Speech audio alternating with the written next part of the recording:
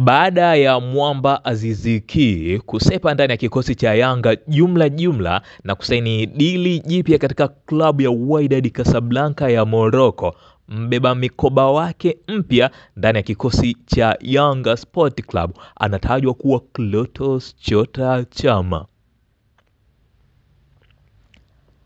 Aziz Ki alikuwa ni chaguo la kwanza ndani ya kikosi cha Yanga kwa msimu wa 2024-2025 na ikumbuko kwamba msimu wa 2023-2024 alikuwa ni mchezaji bora wa ligi kuu Tanzania bara na alikuwa ni mfungaji bora alipofunga jumla ya mabao 21 na alitoa pasi 8 za mabao ndani ya kikosi cha Yanga Sport Club ambacho kilitoa ubingwa wa ligi kuu Tanzania bara.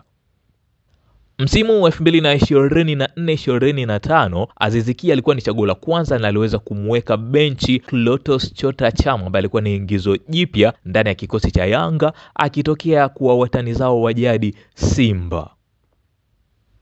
Kuondoka kwa Aziz Ki kunatoa nafasi kwa Clatous Chota Chama kuwa mrithi wa mikoba ya Aziz Ki, ambapo inaelezwa kwamba mabosi wa Yanga wamemuita Chama ili kuzungumza naye kuongeza mkataba mwingine kwa kuwa alisaini dili la mwaka mmoja kuitumikia klabu hiyo ya Yanga. Tusubiri na tuone Chama ataongeza dili jingine na atafanya nini ndani ya Yanga kwa msimu mpya wa 2025-2026 ambao unatarajiwa kuwa na ushindani mkubwa kinoma noma. Sauti ya Lunyamadi Zomliuka, a boy from Jombe place to be.